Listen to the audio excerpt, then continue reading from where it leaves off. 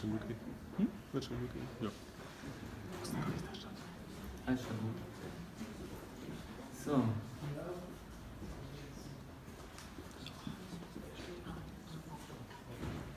Okay. So, let's start. Happy to be here, to be honest. I'm a co-founder of the company Commerce Experts. We are all search experts, so everybody of us is approximately working for more than 10 years in search, and specifically e-commerce search. Some are coming from FactFinder, ThreadHopper, some have a strong background in open source technologies. And we are normally, so with Commerce Experts, we are a consulting company, but we are still building software because we think the data-driven way is always the best way to solve problems at scale. And one particular topic we are always stumbling in every of our projects is fuzzy searches. The reason why, there are a lot of different reasons why, mainly performance. Sometimes, we've already heard it, because the CEO of a company says, yeah, but when I search for a t-shirt and t-shirts, there are different results and I don't get that, and all these kind of things. So what I would or guide you through is a kind of simple table of content. So first I want to talk a little bit about fuzzy search. What is it, why do we need it, and how does it work normally? Then a potential different approach, kind of the same that you guys know from NA, which we call smart query rewriting, a conclusion, and a surprise at the end. So fuzzy search. Fuzzy search is fuzzy on its own, so it's not entirely clear what falls under fuzzy search. Some say, yeah, it's only mistypes or misspellings, or when you slip on the keyboard, or singular plural handling, decomposition, a lot of different types which fall under the definition of fuzzy search. So, by the way, all of the numbers I'm showing you are actually numbers pulled out of our system. So we are actually seeing these kind of things. So why do we actually need it? I split it, the kind of probability of spelling errors through edit distances. So there's one with edit distance 0, edit distance 1, 2, bigger than 2, singular plural, and decomposition. And for me, the frequency is not that important. Way more important is where the true money lies, so the value per search. And this is quite interesting. So normally, everybody can, or at least it should, everybody could spell something like Hose in German. And that's not pretty complex. But as soon as you start typing in complex queries, like very specific queries, and you're not sure how, let's say, words are decomposed in the database, you have a problem. The same applies for singular and plural. There is quite a difference, and when to show, let's say, the singular or plural mainly depends on the context. For example, a search could be triggered by some advertisements.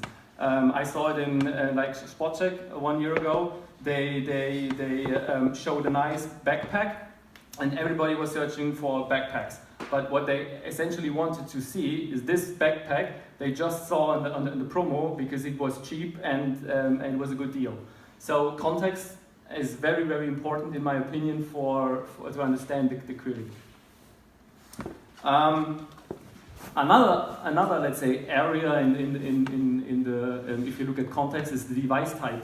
So we talk a lot about desktop and mobile, but is there a difference in how spelling errors vary over, let's say, desktop and mobile? And yes, there is. I think the most important one is the replacement part, And what I didn't include is all the problems that occur if you are not shutting down autocomplete on a mobile scenario. So what I mean is that the device itself does autocomplete, because then you get sometimes really ridiculous queries. But if you pull them apart, then it's mainly the replacement, and that's mainly because of keyboard slips. Causes of spelling errors. So this is a real example. So for Spannbettlaken, it's quite a complex word. We found over 50 different spelling variations, and we tried to cluster them in different error types. So one is formatting, where you let's say add spaces, special characters, could be a foreign keyboard or something like that. We are just putting this on the topic of formalizing. Then phonetic errors. So I know what I'm searching for, but I have no clue how to spell it, but I know how it sounds. So you spell it as you think it sounds, which has a very high probability. Then typos. I didn't split typos in two areas, and because there are, in my opinion, there are two different reasons for a typo. You don't know how to spell the word, or you're simply let's say, you're slipping on the keyboard, and by that you're introducing some errors. And then the last one, which is pretty much common in complex languages like the German language or Asian language, is decomposition. So sometimes you see really, really ridiculous queries like Damenmotorrad Lederhandschuh, and it's not so easy to split them apart, or if you're not splitting them apart, to handle them accurately in your search. And another interesting thing is that for this specific customer, with this specific query, this is the difference in result sizes you get. So, and you can see directly from here that you're missing a lot of opportunity if you multiply the result size or the potential, let's say, revenue with the likelihood of making such an error. So how does it work? I took the example because it's the easiest one to explain from Lucene. If you're doing fuzziness, what the engine tries to do with fuzziness 1, it goes through the query, in this case Spannbettlaken, and tries to edit each and every letter, and tries to find a word that is already in the database. So what it essentially does is it produces a list of candidates and then tries to find the best match in there. With edit distance 2, it's kind of the same thing, but now you have let's say one more degree of freedom.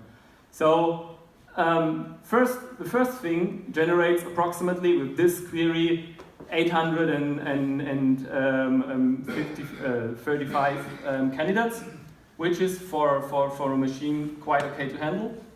But with edit distance 2, we are already above 500,000 of candidates, and the problem here is that when you increase the number of candidates, the likelihood that you pick the wrong one also increases. So, and on additionally, it's super slow. So the main problem, so there are two main problems with fuzzy search as we know it. First is the distribution between precision and recall. So normally, if you go more fuzzy, then you're increasing your recall, but you're dramatically reducing your precision. Doesn't necessarily mean that the economic outcome is bad. It depends on the use case, but specifically from the data we have seen, there's a really high correlation between precision and economic outcome for our customers.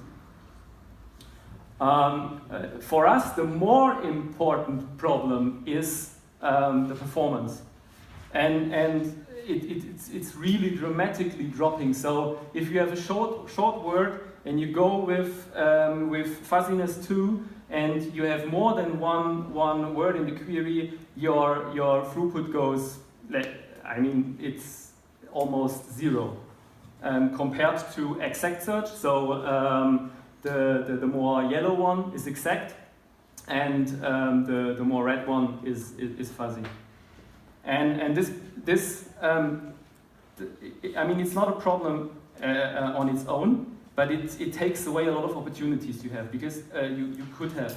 If it would be faster, you could do simultaneously two different searches.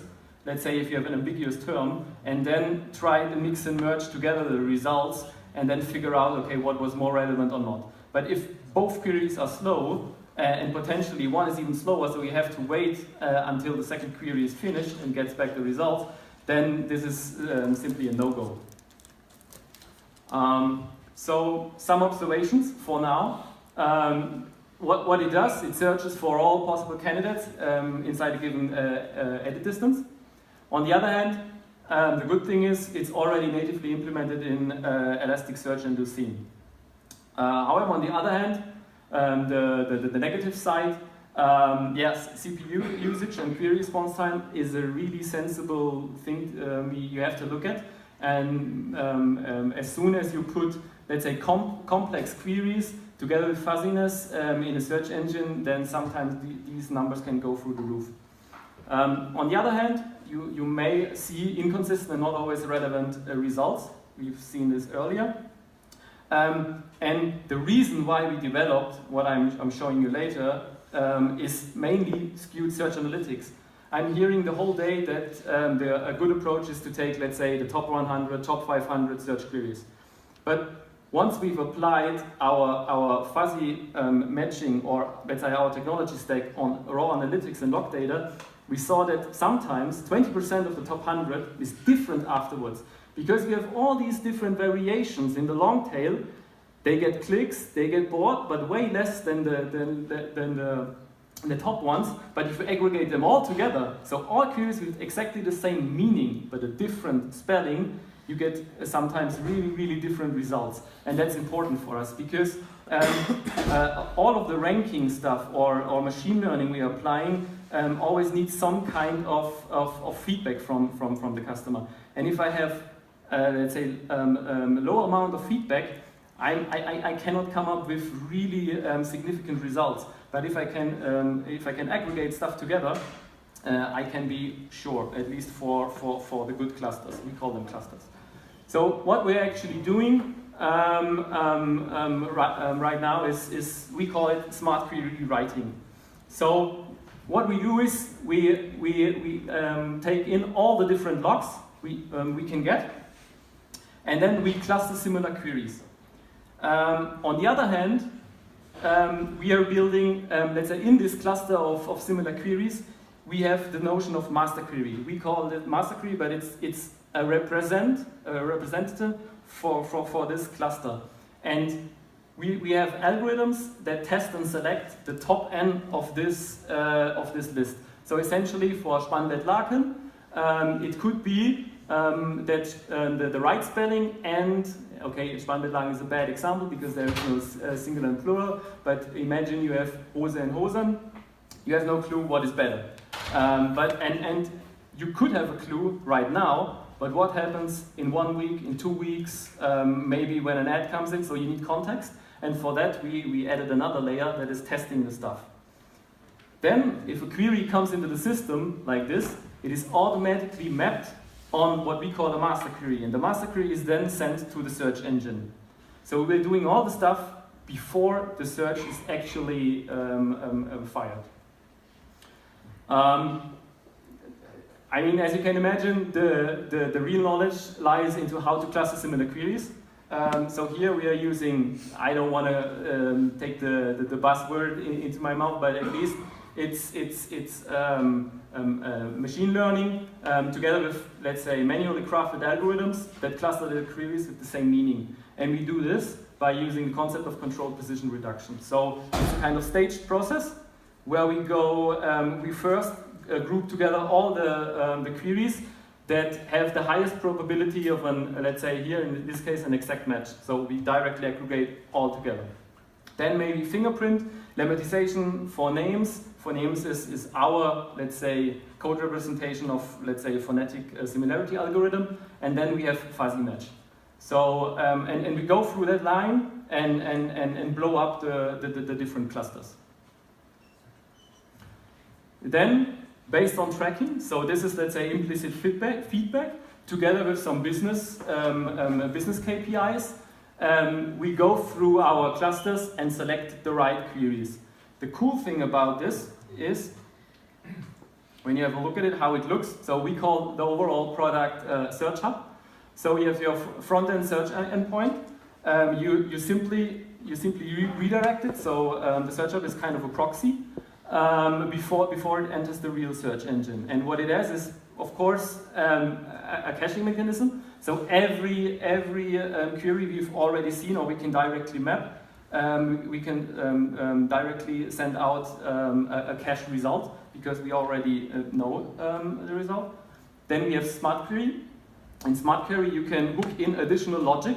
So you could do query segmentation, query scoping, the stuff that some of you know from semantics. So we are currently working together with the customer on integrating these guys with a semantic approach into an existing system without touching the search engine. So everything happens before the search engine knows what's going on. On the other hand, it has other important advantages. So because we are doing this up front, what you could do, you are independent of the search solution you have. You could run one, you could replace one, you could run two in parallel, and the Search Hub will automatically say, okay, which one is better for which query. So you could say, let's say, I tune my Elasticsearch for really short queries that are exact. Let's pipe them through to Elasticsearch. Or more complex queries, maybe some with where you need some kind of semantic understanding, they should directly go to Semnox or whatever. So it's up to you then to decide what to use, and you have no longer a vendor lock-in. Then there's an additional module which we call Data Hub, which is, let's say, this is the side of additional information we know about the query. Like you have analytics, you have guided selling. One interesting part is if you do this query rewriting, you're not only improving search results. So in a lot of our customer cases, they have multiple systems on their side. Like they have a product advisor thingy. And if I'm searching for a TV and I have an advisor campaign, I can directly forward to it, so redirect, or I can show it in the search results. You can easily do that because you're abstracting away this business layer or notion of this is the query that enters the search engine. And yeah, you could do the same with personalization or semantic query parsing. Really depends on what you want to do. So if you you could do the semantic or part of the semantic stuff already with the data, or you could do it at query time with Smart Query. So conclusion. What is the real impact of it? So what we've done is we've done a real A/B test together with one customer. It's an e-commerce player, which has a state-of-the-art e-commerce search solution, so not an open source solution. And what you see here, this is the baseline. So this was variant A, and variant B was with Smart Query. And this is the value per search at the end of the day. I have to say, it looks impressive, yes, but it's not entirely driven by these redirects. So as I said earlier, what we saw is that suddenly the personalization revenue gone up because it uses, let's say, the sales rank. And when you change or when you have an impact on the stuff you're selling through search, which in this case is more than 50% of the revenue is going through search, then you are let's say giving more relevant data to the recommendation engine, so it goes up as well. The same applies to the product advisor campaign. So even if you A/B test, there are a lot of influences between the different systems that are live on the site that make these kind of things. So, and since it's learning, it goes up. Of course, it can go down, but until now we were fortunate enough that they do went up all the time. Another customer uses an optimized Solar implementation, not that optimized to be honest. You could do way more. But here the results were even more impressive. So still running in an A/B test, and from what we can see right now, customer is very happy with value per search. I mean, this is value per search. You will see higher numbers, as I said earlier, when you have multiple systems that are ingesting the same kind of data sources. On the other hand, so what is really interesting that normally if you compare precision and recall, they are kind of negatively related to each other. But if you're using a kind of a stepped approach, you can come away with a quite linear notion of both. So what you see here is that recall essentially is going up. So these are the queries let's say we have in the system where we do our ML on. And then we have the recall. And sometimes, of course, you have drops because the algorithm goes into the wrong direction, but then it directly chases up and optimizes the stuff pretty well.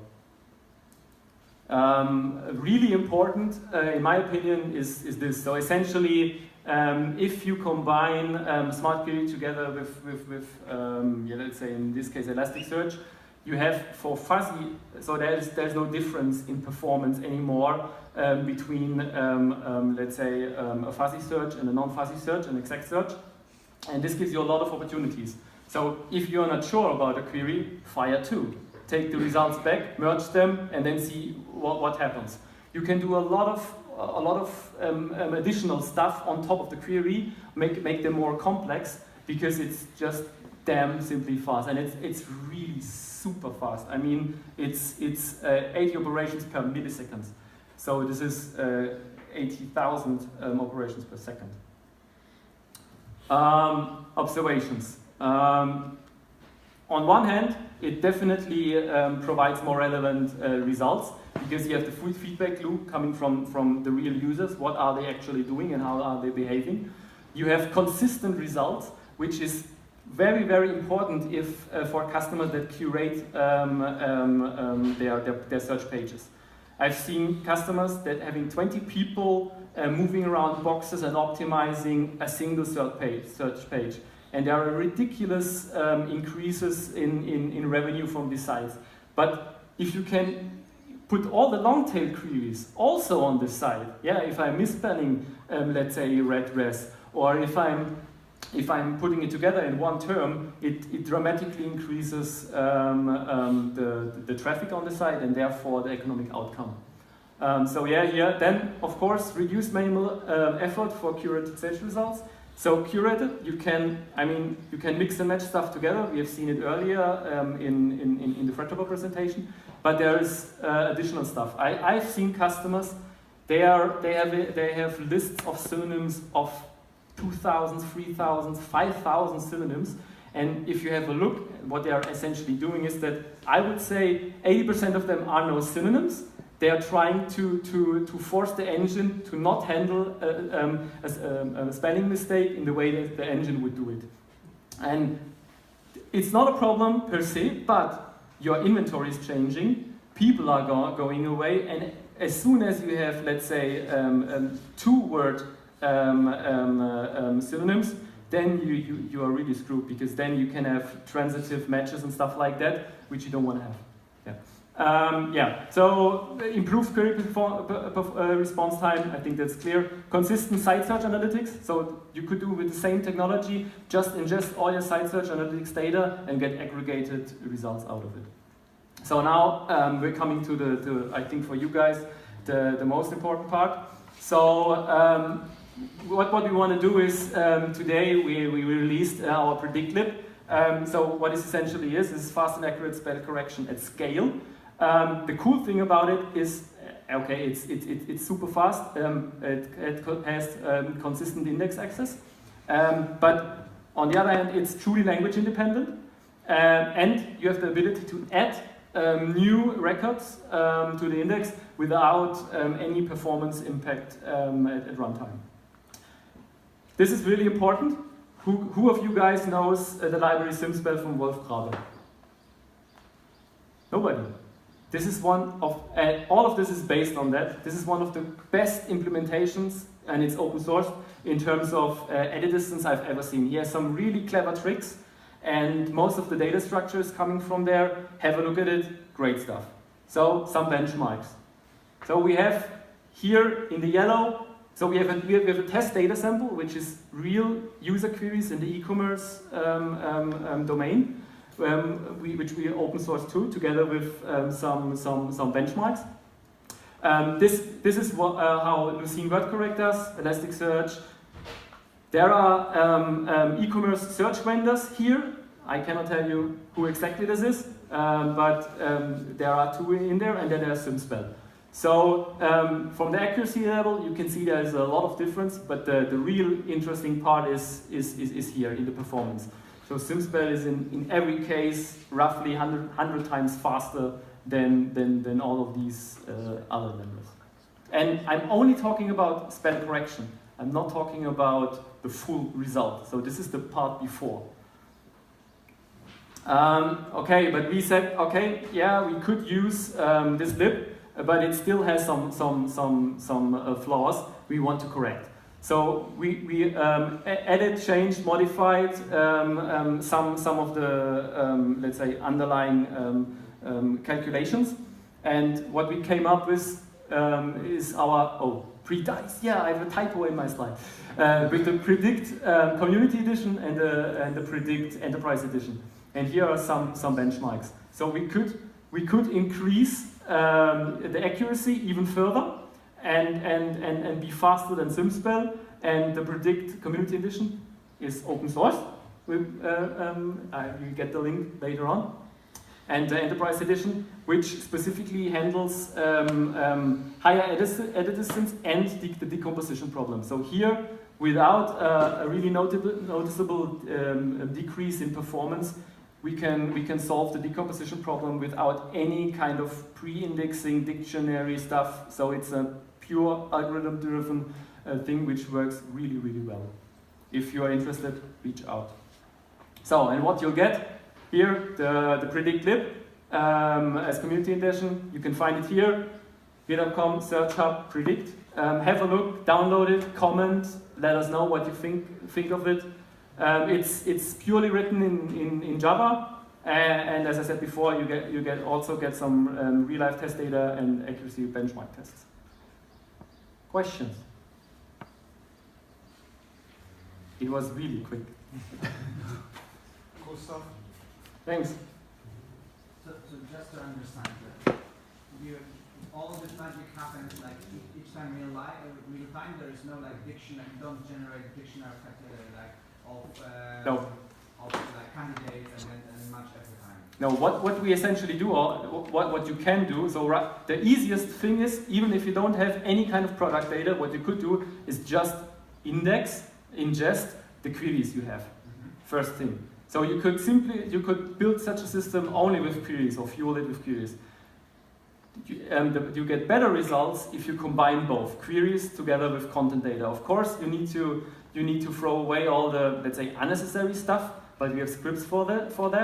But if you index both, then you have the best case. I mean, then essentially you are replacing the search.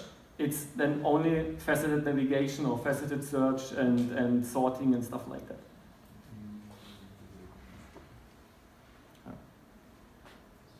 Any other question? No. Thanks. Have fun.